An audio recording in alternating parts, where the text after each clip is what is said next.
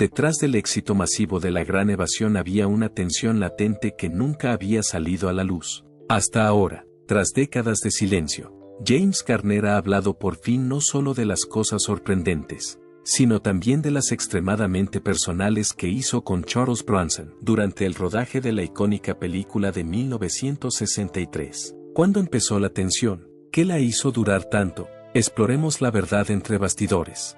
El ascenso de una estrella. El relato de James Garner se desarrolla como un descarnado drama de madurez que tiene como telón de fondo algunos de los años más difíciles de la historia de Estados Unidos. Sus primeros años no fueron nada sencillos, ya que nació en Norman, Oklahoma, durante la Gran Depresión. Como propietario de una ferretería, su padre, Weldon Boone Garner, hizo todo lo posible para que la familia siguiera prosperando. Sin embargo, el incidente se produjo muy pronto. La muerte de la madre de James, de ascendencia cherokee, se produjo cuando James solo tenía 4 años. En años posteriores, James expresaría su trágica creencia de que ella había fallecido. Una segunda tragedia ocurrió no mucho después, y fue el incidente de la ferretería de Weldon. Tras el fracaso de su negocio, Weldon comenzó a colocar alfombras como medio de generar ingresos. Sin embargo, el nuevo empleo vino acompañado de un empeoramiento de su problema con la bebida, por lo que el hogar se convirtió en un lugar de ansiedad para el individuo, como consecuencia del deterioro de las circunstancias. Weldon decidió finalmente separar a los niños y enviar a cada uno a vivir con una familia diferente. Era como si fuera consciente de que era incapaz de cuidar de un niño. Después de eso, Weldon se volvió a casar y les dijo a los chicos que volvieran a su casa. Uno habría esperado que eso fuera algo positivo, pero no fue así. La nueva madrastra, Wilma, a quien Weldon se refería como Red, resultó ser mucho más difícil que él durante todo el tiempo que pasaron juntos. James llevó la peor parte de la presión. James había llegado a su punto de ruptura en la adolescencia. Tras el aterrador suceso, Weldon procedió a actuar de la misma manera que solía hacerlo. Mientras se marchaba, a pesar de todo lo ocurrido, James no se vino abajo. Se alistó en la Marina Mercante al mismo tiempo que la Segunda Guerra Mundial llegaba a su fin. Sin embargo, no se llevaba bien con el océano. En cuanto se mareó, abandonó el barco. Una vez de vuelta en tierra, empezó a trabajar en todos los empleos que encontraba. La persona que trabajaba en la gasolinera, la que ponía alfombras e incluso la modelo de lencería. Fue a través de ese trabajo de modelo que tuvo su primer contacto con la industria del entretenimiento. En 1950, James se trasladó a Los Ángeles y volvió a vivir con su padre. Era la segunda vez que visitaba la ciudad y seguía vagando sin rumbo, intentando averiguar qué quería de la vida. Después estalló la Guerra de Corea. James fue el primer individuo del estado de Oklahoma en ser reclutado por el ejército. Esto se debió al hecho de que en realidad seguía siendo residente de Oklahoma.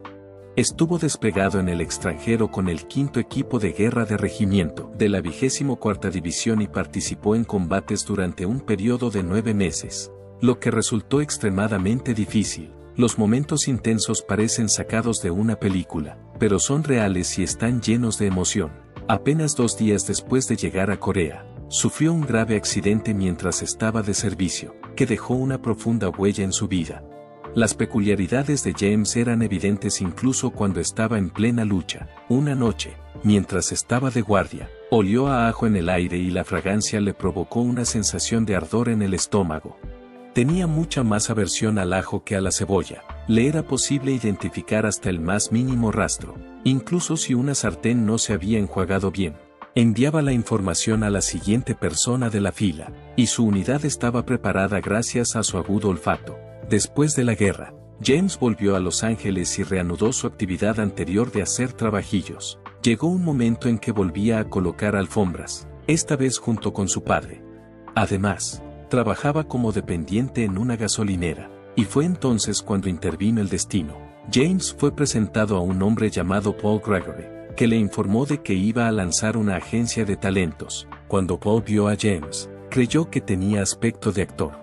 Mientras sucedía, James no le dio importancia. Pasados varios años, James tomó la decisión de visitar una agencia de talentos tras ver el nombre de Paul escrito en la puerta. La visita imprevista terminó siendo un momento crucial en el juego. James obtuvo su primer contrato como actor profesional, un papel en la producción teatral del Consejo de Guerra del Motín Kane, gracias a la generosidad de Paul y a su voluntad de arriesgarse con él.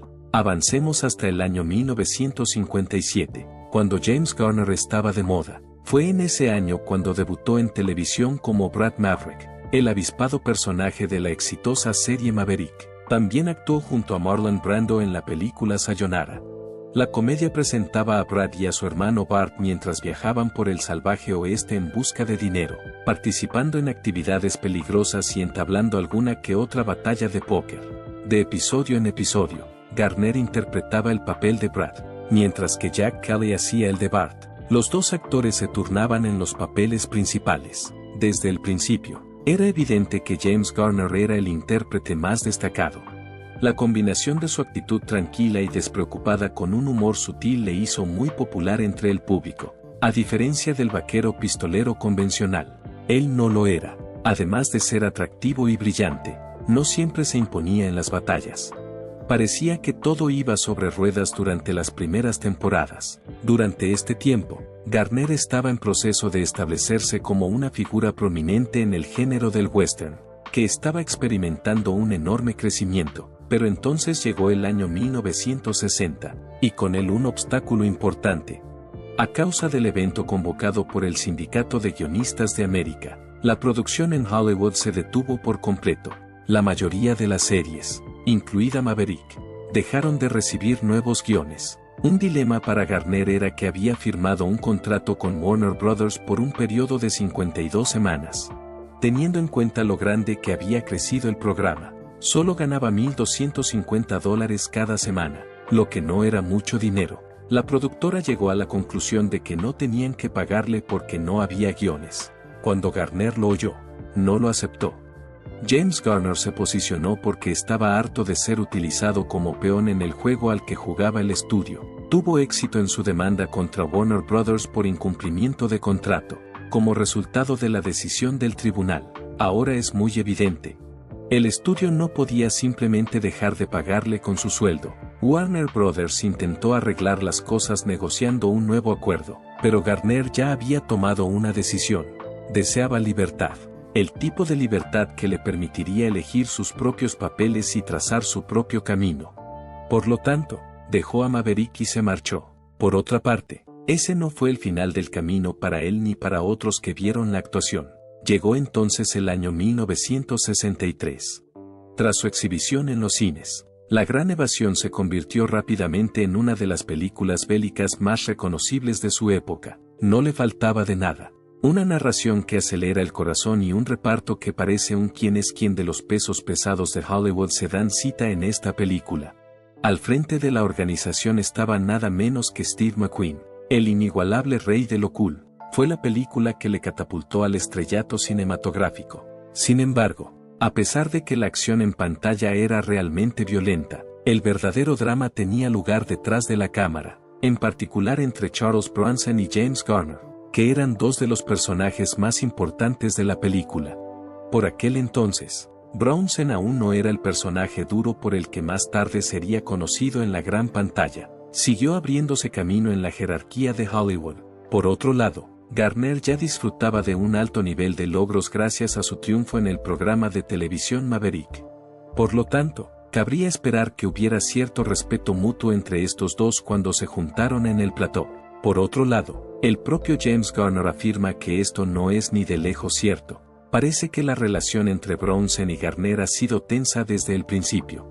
Después de eso, Garner pasaría a caracterizar a Bronson como un hombre gélido, inaccesible y, en su opinión, un individuo cruel. Garner continuó relatando historias sobre lo duro que era Bronson durante décadas después de que se hubiera terminado la película, porque el roce era muy fuerte. Cuando Bronson falleció a principios de la década de 2000, Garner tuvo la oportunidad de descargar todos esos recuerdos de detrás de las cámaras a través de sus memorias, para dar la imagen de un hombre con el que no solo era difícil colaborar, sino que además era abiertamente antagónico. Sin embargo, los problemas de Garner en el rodaje no se limitaron a Bronson, ni siquiera Steve McQueen, su amigo íntimo y estrella revelación de la película, se salvó del desastre.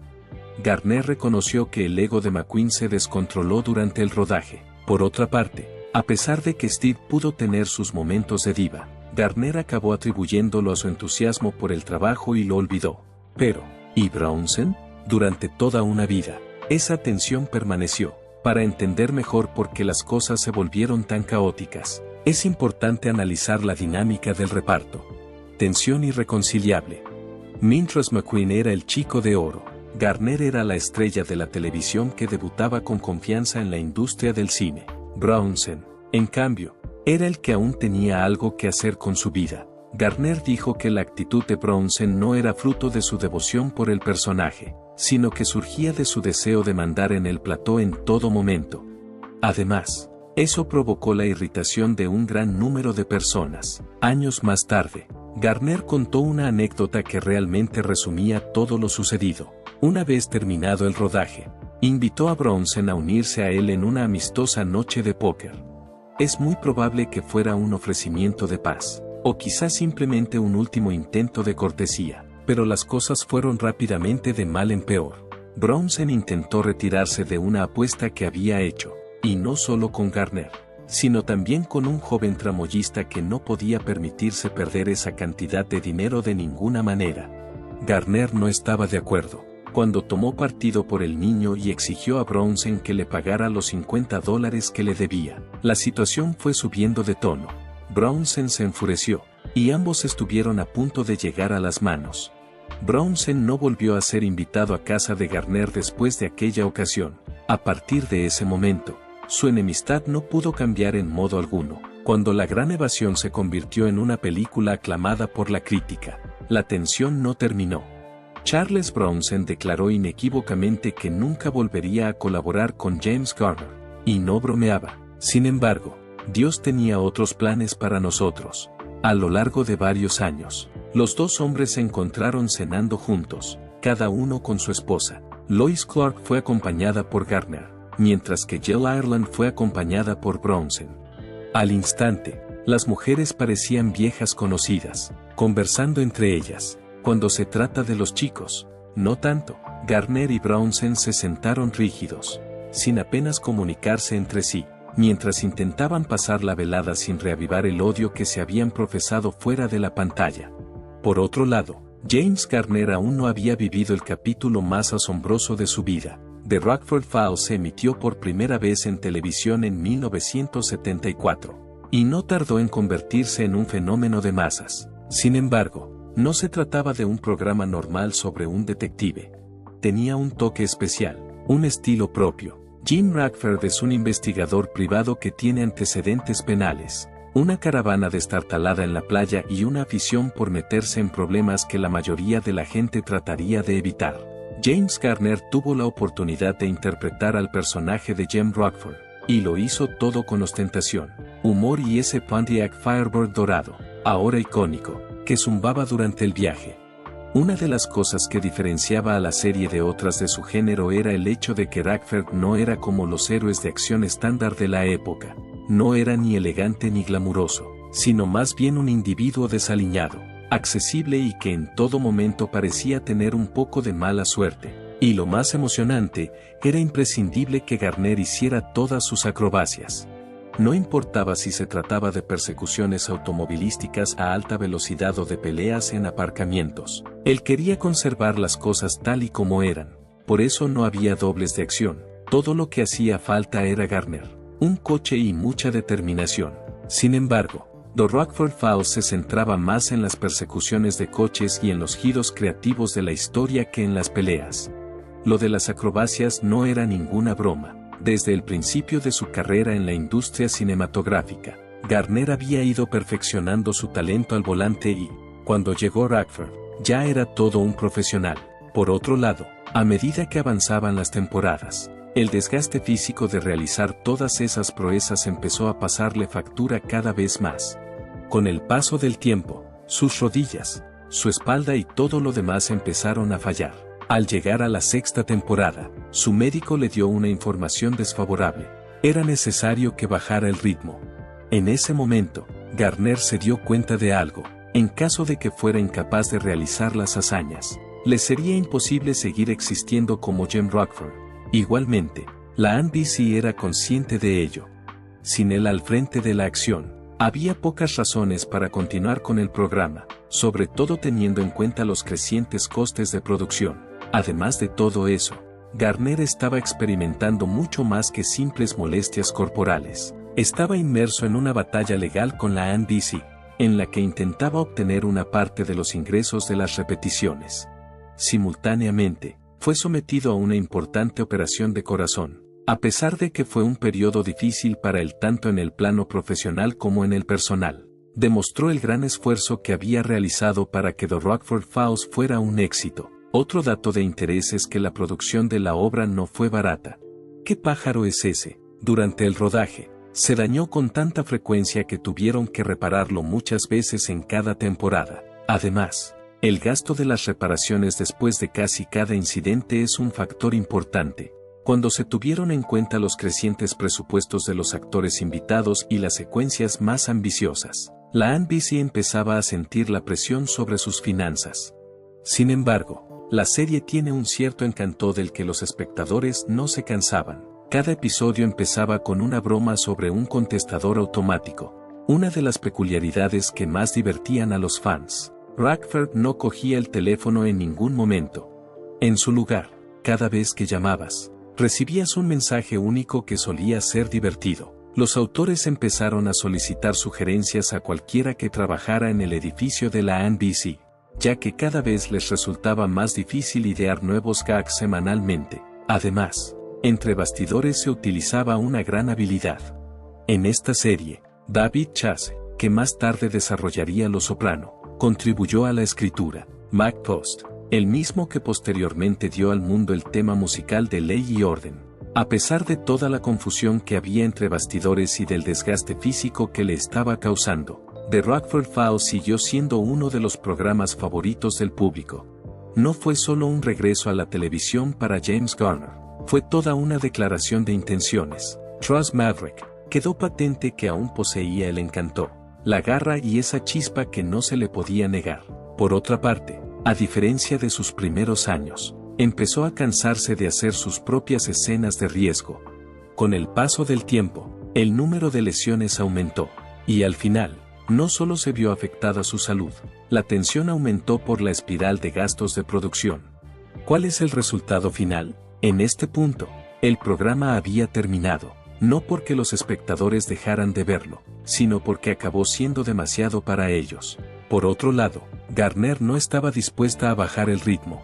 Incluso en la década de 2000, siguió haciendo apariciones y alardeando de sus habilidades. Tuvo un papel protagonista en la película Space Cowboys, estrenada en el año 2000 y protagonizada por Clint Eastwood, Donald Sutherland y Tommy Lee Jones. La película trataba de un grupo de astronautas retirados que eran llamados de nuevo a la acción para reparar un satélite obsoleto de la época de la Guerra Fría. La película era una deliciosa combinación de acción, humor y nostalgia, y contaba con 4 luminarias de Hollywood que interpretaban a personajes que, a pesar de su edad, seguían siendo más que capaces de salvar el día. Aunque todo parecía ir sobre ruedas en la película, las cosas no iban tan bien entre bastidores. Según los informes, los trajes espaciales que tenían que llevar los actores eran una pesadilla, restringidos, pesados y extremadamente difíciles de mover. El miembro más joven del grupo, Tommy Lee Jones, de 53 años, expresó su descontento por lo incómodos que estaban. Además, no era simple palabrería. En realidad, Donald Sutherland sufrió una lesión en la rodilla tras caerse hacia atrás mientras llevaba puesto el traje. Además, James Garner, que entonces tenía 72 años, acabó dislocándose el hombro como consecuencia de un accidente ocurrido durante una escena. Pero déjenme decirles algo, el rodaje continuó tanto para Sutherland como para Garner a pesar de las lesiones que sufrieron. Además, Clint Eastwood fue quien intervino para ayudar en una situación que parecía más propia de una escena de película que de la vida real. Garner recibió los primeros auxilios en el lugar de los hechos, e incluso le devolvió el hombro a su sitio. Resultó que Clint tenía un historial de dislocaciones de hombro de una película que había hecho en los años 70, así que sabía muy bien qué hacer. Garner, que siempre había sido una persona dura, no se fue a casa a descansar por cabezonería. No es cierto, terminó su rodaje ese día. A pesar de que Eastwood declaró posteriormente que tardó mucho más tiempo en volver a jugar al golf una vez superadas sus propias dificultades con el hombro. Garner nunca atribuyó la culpa de la tragedia a su edad. En su mente, no fue más que torpeza, y lo descartó. De hecho, la única vez que admitió que él y el resto de los actores podían no estar dando lo mejor de sí mismos fue durante una secuencia específica en la que los personajes debían soportar sus finales. Al cabo de un rato, Sutherland hizo una broma sobre cómo había buscado febrilmente algo que tapar, pero no había encontrado nada. Fue entonces cuando la gravedad ya había hecho su trabajo, y se rió de ello, a lo largo de su carrera. Sin embargo, Garner ha pagado el precio de su inquebrantable empeño en realizar sus hazañas. Los impactos de trabajar sin parar.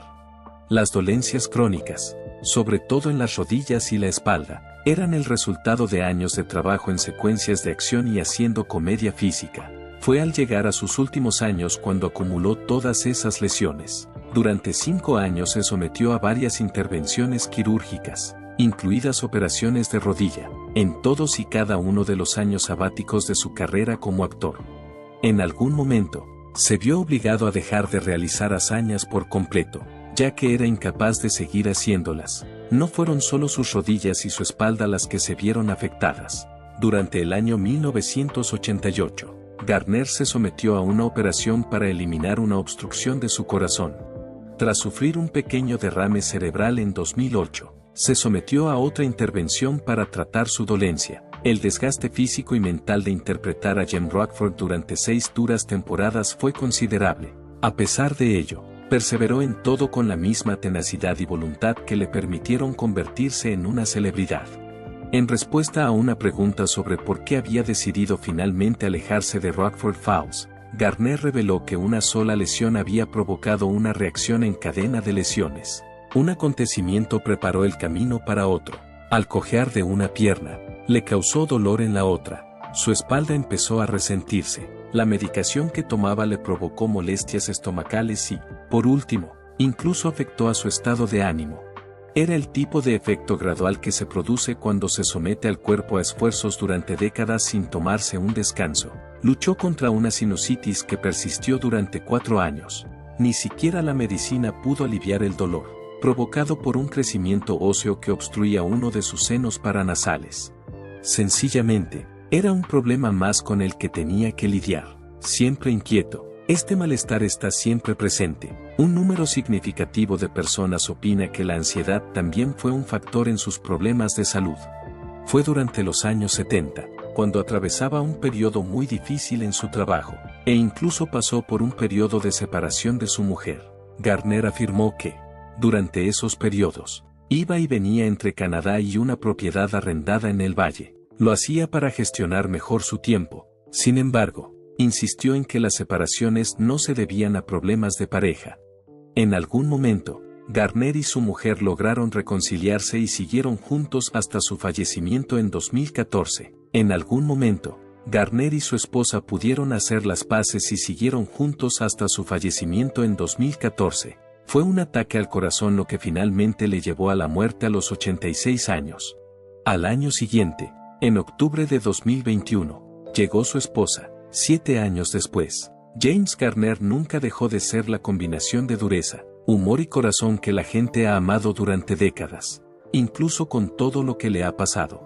A pesar de su fama de héroe cómico, extrovertido y simpático en la pantalla, James Garner era un hombre reservado y humilde en la vida real. Evitaba los focos cuando no era necesario y mantenía su vida familiar al margen de los medios de comunicación. Quienes le conocieron suelen describirle como una persona con los pies en la tierra, despreocupada por el glamour de Hollywood y que siempre daba prioridad a su familia. Vida privada.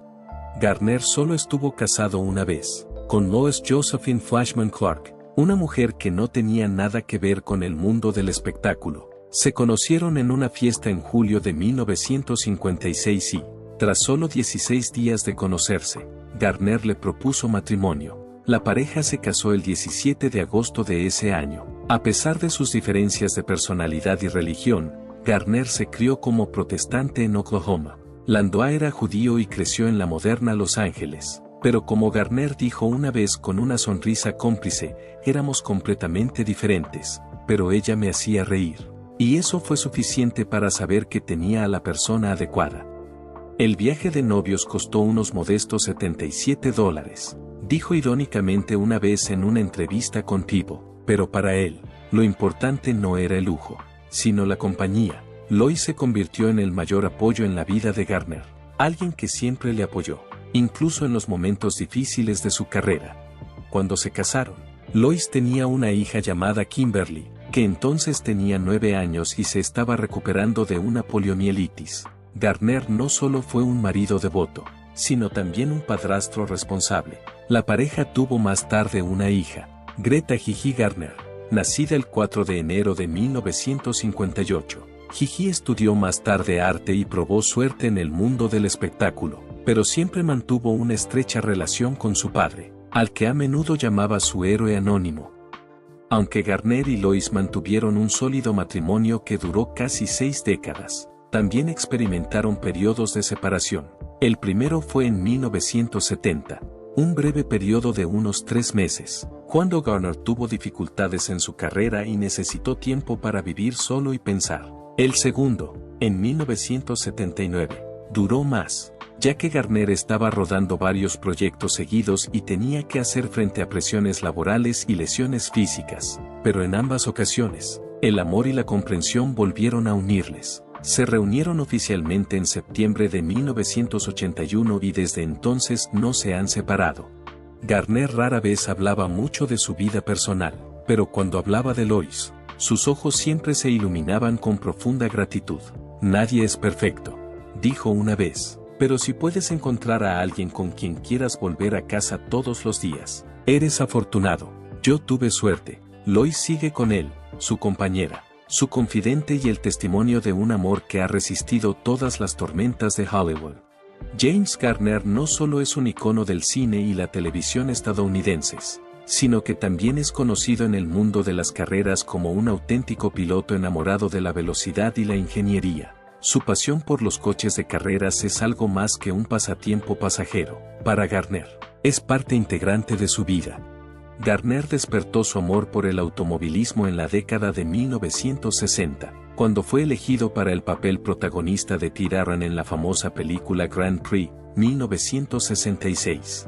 Dirigida por John Frankenheimer, la película no solo fue un éxito de taquilla, sino también un punto de inflexión, ya que durante el rodaje, Garner entrenó y condujo coches de carreras de Fórmula 1 reales. Gracias a sus excelentes dotes de conducción, fue reconocido por los corredores profesionales de la época, entre ellos Phil Hill y Graham Hill, como alguien con unas habilidades al volante excepcionales, especialmente para un actor. Garner no se retiró de la conducción después del Gran Premio. En su lugar, fundó una escudería profesional llamada American International Racers, AIR, a finales de la década de 1960. El equipo compitió en muchas carreras importantes, incluidas prestigiosas pruebas como Le Mans, las 24 horas de Daytona y Sebring. Garner no solo era patrocinador, sino también director, y a veces conducía directamente los coches en pruebas de aficionados. Bajo su patrocinio, el equipo AIR logró resultados impresionantes, a pesar de su corta existencia. James Garner también era un apasionado de las carreras de IndyCar.